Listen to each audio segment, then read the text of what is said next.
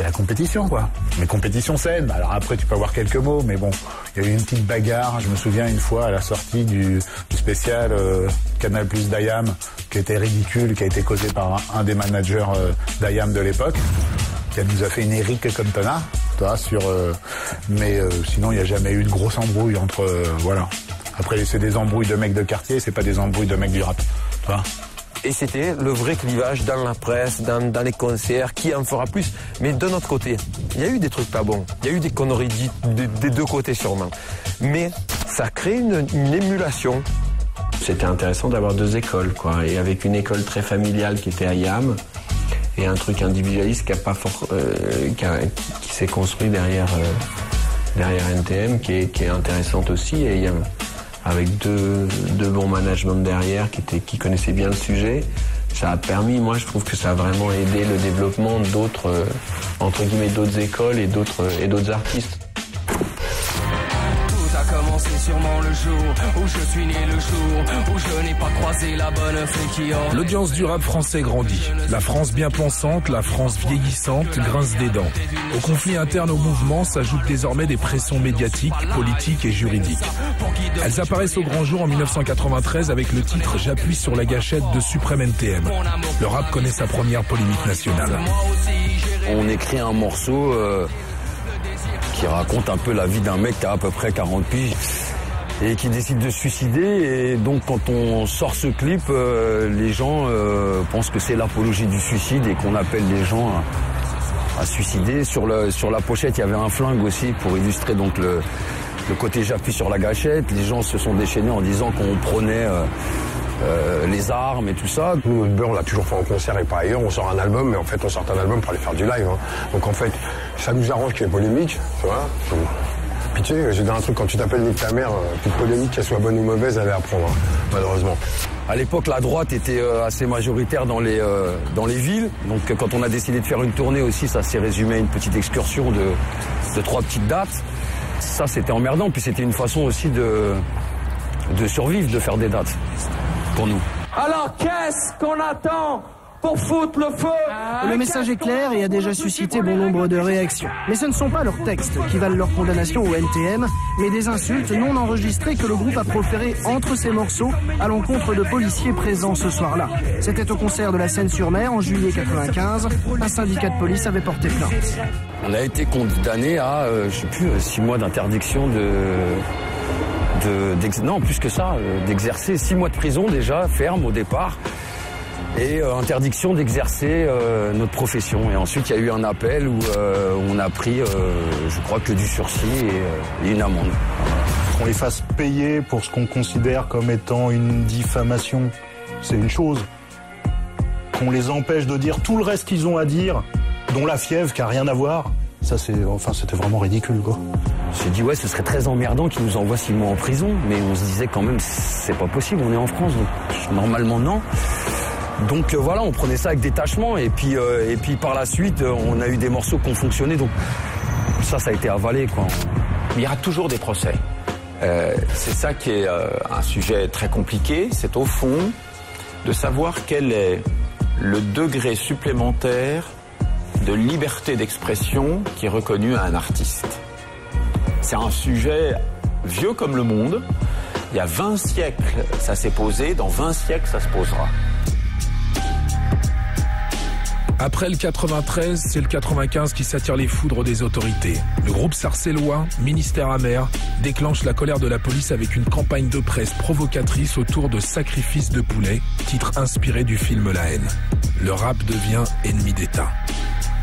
On avait sorti La haine, il y avait Ekenzing un procès, parce qu'ils avaient fait un morceau qui s'appelait Sacrifice de poulet, et à l'époque de Delarue, je me souviens plus du nom de son émission, et il avait dit un lascar tué, 2 poulets sacrifiés. Nous on s'est rendu compte, à chaque fois que quelqu'un se fait tuer par la police, un jeune noir ou un jeune arabe, la solution qu'on proposait c'était soit le discours avec des policiers, ce qui pour nous est... faut même pas y compter, soit des parties de foot, mais on a dit non. Un lascar assassiné, 2 poulets sacrifiés. Faites d'abord ça et après on verra. Il y a eu un procès, je crois qu'il a payé 20 briques de procès. 30 000 €. S'il y a un appel au meurtre, je veux dire que c'est passible de la loi, il ne faut pas exagérer. C'est-à-dire qu'il n'y a pas de circonstances qui peuvent excuser un certain nombre de choses. Et pour autant, le cri de l'artiste, c'est important que ça soit un cri libre et que ça soit un cri extraordinairement violent. Et Ministère Hammer, quand on regarde qui est derrière, Stomy aujourd'hui, il fait des courts-métrages et des cinémas pour la télé, c'est vraiment pas un mec méchant, quoi. Les mecs avaient peur de Stomy. Passy, c'est quand même socialement un mec agréable et cool. Gynéco, on est mort de rire. Donc je veux dire, c'est ça qui faisait peur à la France, vous voyez, qui m'a fait moi aller voir des inspectrices de police pour parler des paroles. Je veux dire, c'est quand même une farce. Avec l'émergence des ministères Hammer, il y a eu vraiment une arrivée du rap banlieue, de rap banlieusard. Ça a donné suite à plein d'artistes qui sont arrivés issus de la banlieue avec des propos virulents, des propos durs, beaucoup plus virulents que les artistes qui étaient là, qui étaient déjà là en place, quoi.